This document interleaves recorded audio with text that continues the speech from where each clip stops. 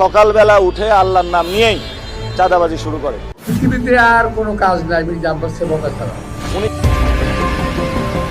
বিএনপির স্থায়ী কমিটির সদস্য ও প্রধানমন্ত্রীর রাজনৈতিক উপদেষ্টা মির্জা আব্বাসকে নিয়ে মানহানিকর বক্তব্য দেওয়ার অভিযোগে জাতীয় নাগরিক পার্টির মুখ্য সমন্বয়ক নাসির উদ্দিন পাটোয়ারির বিরুদ্ধে আদালতে মামলা হয়েছে।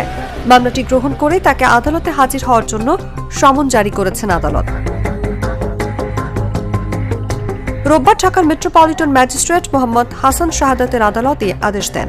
এর আগে একই দিনে বিএনপির রমনা থানার সভাপতি আশরাফুল ইসলাম নাসির উদ্দিন পাটোয়ারির বিরুদ্ধে আদালতে মামলার আবেদন করেন। বাদীপক্ষের আইনজীবী আমিরুল ইসলাম জানান, আদালত বাদীর জবানবন্দি গ্রহণের পর আসামি নাসির উদ্দিন পাটোয়ারিকে আদালতে হাজির হওয়ার জন্য সমন জারি করেছেন।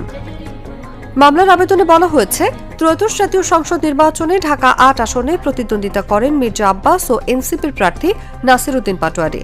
নির্বাচনের সময় এবং ফল ঘোষণার পর বিভিন্ন সময়ে পাটোয়ারি সামাজিক যোগাযোগ মাধ্যম ও অনলাইন প্ল্যাটফর্মে মির্জা আব্বাসকে নিয়ে মিথ্যা ও মানহানিকর বক্তব্য দিয়েছেন বলে অভিযোগ করা হয়েছে। আবেদনে আরও বলা হয়, নির্বাচনে পরাজয়ের পর নাসির উদ্দিন পাটোয়ারি সামাজিক যোগাযোগ মাধ্যম বিশেষ করে ফেসবুক ও ইউটিউব সহ বিভিন্ন মাধ্যমে মির্জা আব্বাসের বিরুদ্ধে মানহানিকর বক্তব্য প্রচার করে তার সুনাম ও রাজনৈতিক ভাবমূর্তি ক্ষুণ্ণ করার চেষ্টা করেছেন। গত ৫ মার্চ বাদী আশরাফুল ইসলাম ফেসবুকে পাটোয়ারির দেয়া একটি বক্তব্য দেখতে পান, যেখানে মির্জা আব্বাসকে নিয়ে বিভিন্ন মন্তব্য করা হয়েছে। পরবর্তীতে সেই বক্তব্য সামাজিক যোগাযোগ মাধ্যমে ভাইরাল হয়ে পড়ে বলে মামলায় উল্লেখ করা হয়েছে। এতে দাবি করা হয়, উদ্দেশ্য প্রণোদিতভাবে ও পরিকল্পিতভাবে এসব বক্তব্য প্রকাশ করে মির্জা আব্বাসের সম্মানহানি করা হয়েছে, যা সামাজিক ও রাজনৈতিক শিষ্টাচার বহির্ভূত। উল্লেখ্য, ত্রয়োদশ জাতীয় সংসদ নির্বাচনে ঢাকা ৮ আসনটি ছিল আলোচিত একটি আসন। সেখানে বিএনপির প্রার্থী মির্জা আব্বাস ও এনসিপির প্রার্থী নাসির উদ্দিন পাটোয়ারির মধ্যে প্রতিদ্বন্দ্বিতা হয়।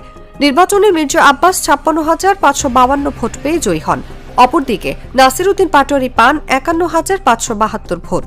ফলে ৪,৯৮০ ভোটের ব্যবধানে জয় পান মির্জা আব্বাস।